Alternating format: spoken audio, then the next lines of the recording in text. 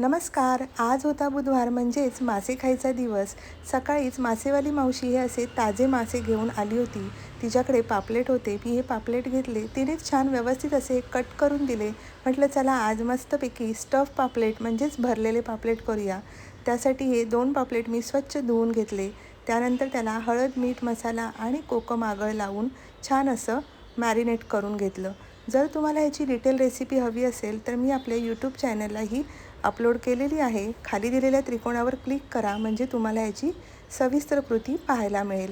आणि जे मंडळी इन्स्टावर पाहत आहेत त्यांनीसुद्धा आपल्या यूट्यूब चॅनलला एकदा नक्की भेट द्या, म्हणजे तिथे आपल्या भरपूर अशा रेसिपी आहेत त्या तुम्हाला पाहायला मिळतील. मासे असले ना की स्वयंपाक करायला थोडा वेळ जास्त लागतो. म्हणजेच मासे आणायचे, मग ते साफ करायचे आणि त्यानंतर स्वच्छ धुवून अगदी निगुतीने ते करायचे. पण ते केल्यानंतर जे खाण्यात सुख आहे ना ते जे मासे खातात त्यांनाच माहिती.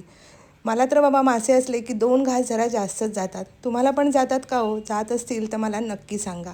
तर इथे पहा, छान असा हा मसाला मी या पापलेटमध्ये स्टफ करून घेतला आणि नंतर रवा आणि तांदळाच्या पिठीमध्ये घोळवून आता आपण हे मस्त असं तळून घेतो आहे.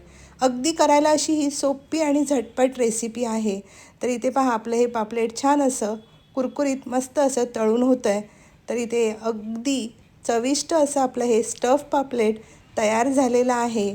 आणि आजच्या माझ्या फिश थाळीमध्ये होतं असं भरलेलं स्टफ पापलेट, गरमागरम भात आणि पापलेटचंच मी कालवण केलं होतं. तळलेले पीससुद्धा होते आणि तिवळसुद्धा होतं बरं का. तर कशी वाटली आजची ही फिश थाळी? आवडली असेल तर आपल्या व्हिडिओला नक्की लाईक, शेअर आणि सबस्क्राईब करा. पुन्हा भेटूया अशाच एका मिनी व्लॉगमध्ये. धन्यवाद.